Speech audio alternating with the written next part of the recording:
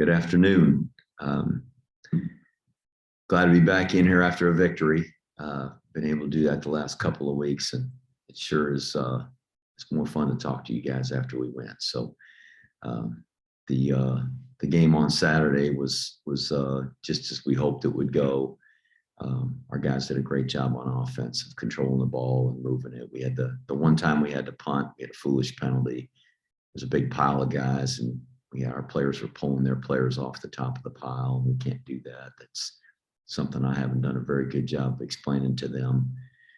But that kind of stalled that drive. But other than that, we were getting in the end zone and just really proud of the younger guys and the more inexperienced guys, I should say. They got a chance to get in there and play. And then defensively, just hold them off the scoreboard for the entire first half, really, with the guys that are the travel squad players, the guys that are dressed out and playing most of the time. And the exception of the one drive where they scored the touchdown, and I was disappointed they did that. We held them out of the end zone. The one field goal, obviously, we had the error on the kickoff return and turned the ball over, which was unfortunate. But I thought defense played really well, and we did a good job in the kicking game. Kicked the ball well and covered kicks, and so overall a good day as we expected. And so we're looking forward to being back here at home again. This is senior day for our guys, and just not the fact that it's the last game. There's still a lot of football left to play for us. We've got 4 more games left, which is pretty exciting. But the last game in Mikey Stadium, and we've had such great success here over the last 4 years with the senior class. It's important to us that we play really well and send these guys out with a victory. So hopefully we'll do a good job of preparing this week and have ourselves ready to go. We'll start with Rich DeMarco. Hey, Jeff, congratulations again on the win Saturday. You mentioned players, young players, seeing someone also like Monken's Pierre finding the end zone. Can you describe the love and the care from your team when they see folks maybe that haven't seen a ton of snaps get out there and excelling in a game like that? I just notice a vibe on the sideline when those guys even go in. When Monken's got out there and got his first carry of the game, everybody was excited. When Maurice Ballon got out there and was carrying the ball, the guys were excited. It's fun for those guys that are friends with them and have worked with them and seen them develop and just watch their effort and the investment that they've made in the program to be rewarded with an opportunity to play. And then for a guy like Monken Pierre to get a touchdown, he's been here. This is his 5th year. So he went to prep school and he's a senior and gets to score a touchdown in a college football game is really exciting. So there's a lot of guys out there. We had 18 guys carry the football on Saturday. So that's a lot of people. So a lot of guys were seeing some of their first action. Hey, Jeff, for Senior Day, what does Senior Day mean to you, and what does this group mean to you? Well, Senior Day is just an honor, or a day to honor those members of our senior class. And we got a lot of great guys in this class that deserve to have the recognition. And some of those guys play a whole lot, and they get interviewed, and they're up for individual awards, and they're starters, and our guys get to see them play all the time. But there's a lot of guys in that class that have just invested in this program and maybe don't get the recognition that's deserving of their effort and their work.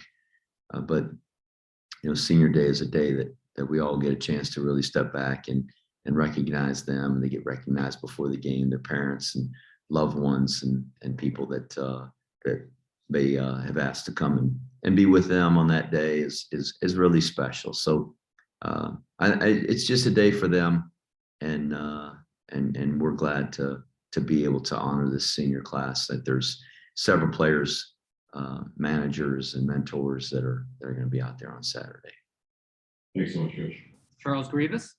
Good afternoon, Coach. On the flip side of the senior class conversation, one of the integral parts of the program that continues to grow is recruiting. We just did an article in the current sophomore class that has quality talent like Robinson, Alston, Law, Connor, Spencer Jones, et cetera.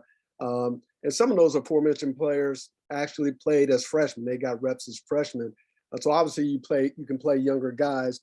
Are there one or two attributes that you look for in the younger guys whereby they can get on the field sooner than later? I think one, they've got to be tough and physical. They got to be able to handle that part of the game, because playing football at this level is a lot different than playing in high school. Even the very best high schools in the country, playing FBS football is a lot different. So that's certainly one attribute, and the other is just the ability to learn and to perform on the field. They've got to be talented enough, and they've got to be savvy enough to learn their assignments in the scheme. And if they have those things, then if they give us the best chance to win at that time, or the best chance to be successful on that particular play, then it doesn't matter if they're a freshman or senior or somewhere in between. We're going to try to get them into the football game. Great. And can you talk a little bit about the play of Malcolm Morrison? He's continued to just really show his talents on the field. He's the size of a safety, but he plays physically like an outside linebacker, which in essence is what he plays. Can you talk about his progression? We just had a conversation about him this morning. We had a lengthy recruiting meeting, and we were talking about the guys to replace Malcolm, guys that are currently in our program, but then the guys that are in the senior class right now that we're recruiting, and who is going to be a fit to be able to be developed and grow into that position. But he does do so much for us, Charles. So he came in as a corner, and I remember his freshman year.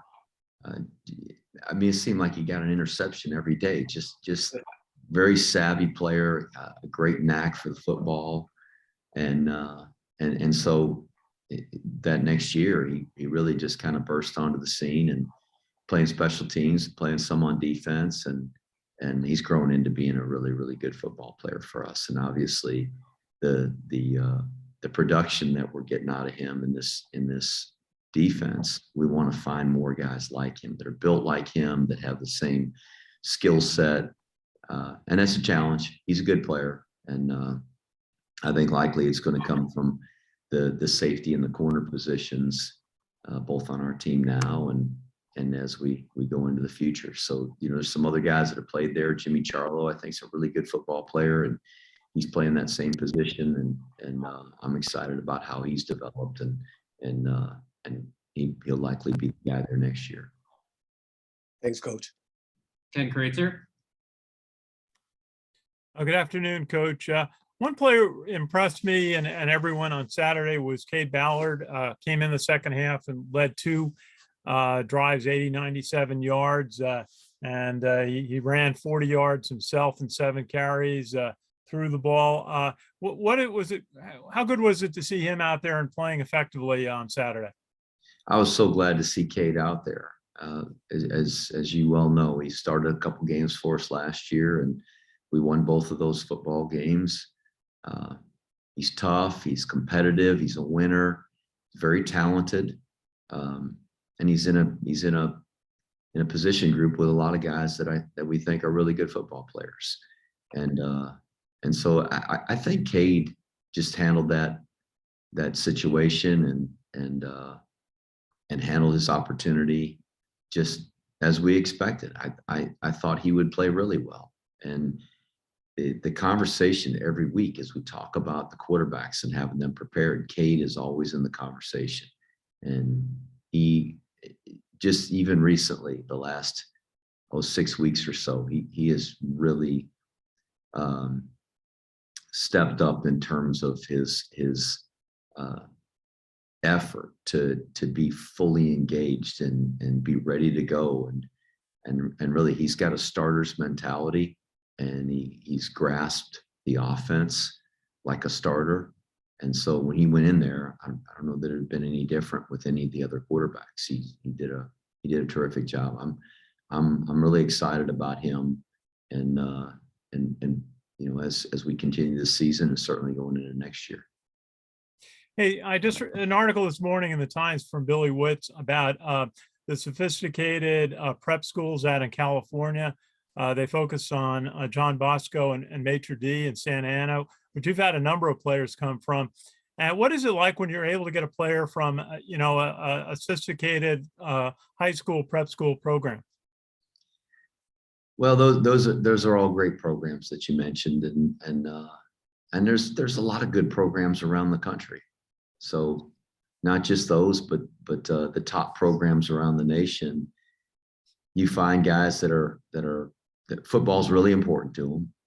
They've had a lot of success, so they've won games. And they come to our programs with an expectation to win, and often if they're starters at those particular schools, they're pretty talented because they're playing with a lot of really good players that end up going on scholarship to other places. And so, the good players are a priority, but finding them out of good programs is certainly a huge emphasis for us. His final thought about UMass are having a rough season. They have the one win over UConn. They went through a coaching change a couple of weeks ago. What are your thoughts about what you see in the UMass program? My thoughts are just to get our guys prepared to play as well as we can on Saturday, and to play better fundamentally than we did on Saturday, to play our assignments. We had some assignment issues on Saturday that got to get cleaned up. I know I talked about that last week. And then fundamentals. There were errors. There were things in the kicking game that were very obvious, but certainly defensively and as well as offensively, that we're not perfect. We're not playing the very best we can play, and I won't be satisfied until we're doing that. So continue to do that, and hopefully we'll perform well on Saturday and get our seniors a victory. Thanks, Coach. Ken McMillan. Hi, Jeff. You mentioned the senior day. Do you know approximately how many seniors we're talking about this weekend? How many we got, Clayton? 27 players, and then we've got 4 mentors, and we've got about 7 or 8 managers. So, okay. Could you speak to the seniors who don't see the time? Like you said, Mark and Pierre as one. How many seniors are on this team that haven't really cracked the starting lineup, but you find very valuable to your team? And what's it like for them to stay with it through these 4 years without getting, quote, the glory? I can tell you that every one of them are just as important as the guy that has started every game since he's been here. They're all important. They all matter.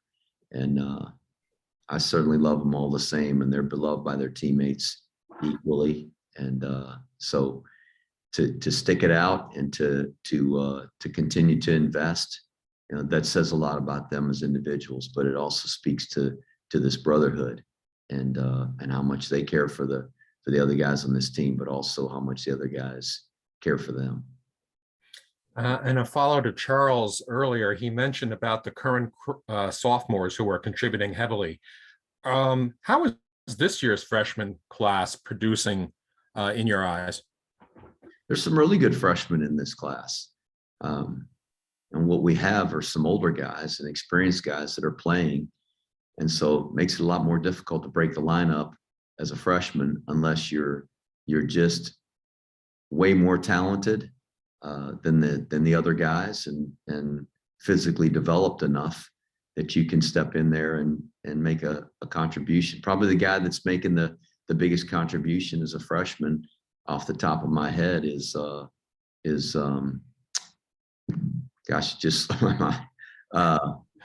Max, sorry, DiDomenico. Holy smokes, I'm looking at number 37 in my head, and I can't remember what name he's got on his front plate. Max DiDomenico. He's a true freshman, direct freshman, so played high school football in Schertz, Texas last year, and now he's making a significant contribution both on defense and on special teams. So there were some other guys that over the course of the season have really impressed us on the scout team, and we've put them on kickoff and the punt block and punt coverage teams just because they're guys that we've seen on the scout team, and we just felt like deserved an opportunity. So, guys like Brett Jarena, Bryson Daly, Tommy Zatello, all those guys have kind of jumped into those roles for us and played some on Saturday. As Kenny mentioned, Massachusetts had a change of coaching. We saw it earlier this year with UConn, and then Washington just fired its coach yesterday. I know you coaches don't have a union, but how concerning what's your thoughts about the fact that we're seeing so many coaching changes in the middle of a season? My thought is to do a good job so I can keep mine. I think you're doing okay on that front. But I mean, is college football just changing in a way that maybe isn't very positive? Oh, I think everything about college football is positive. Everything about what we stand for and what we teach our young people, it's tremendously positive. What it means to this nation, it's a sport that's unique to this country. No other country the other countries play this sport, but they don't play it like we do. And so I think it's a great sport. It's part of America and who we are. Just a tough country, tough people, loyal. I think that it just speaks to the personality of this nation. So, I'm always concerned about our game and how it's perceived, and that's why I think it's important that we be professional and always continue to try to improve college football. And then lastly, are you expecting a similar type of personnel game this week?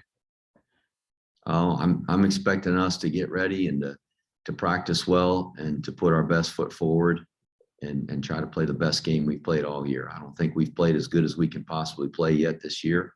So we're striving to do that, and we'll try to do that this coming weekend. Do you drive the point home, though, to the guys who struggled a bit in the second half, like you mentioned with special teams and such, that they may get another opportunity this week and you better clean it up? I don't spare criticism from anybody.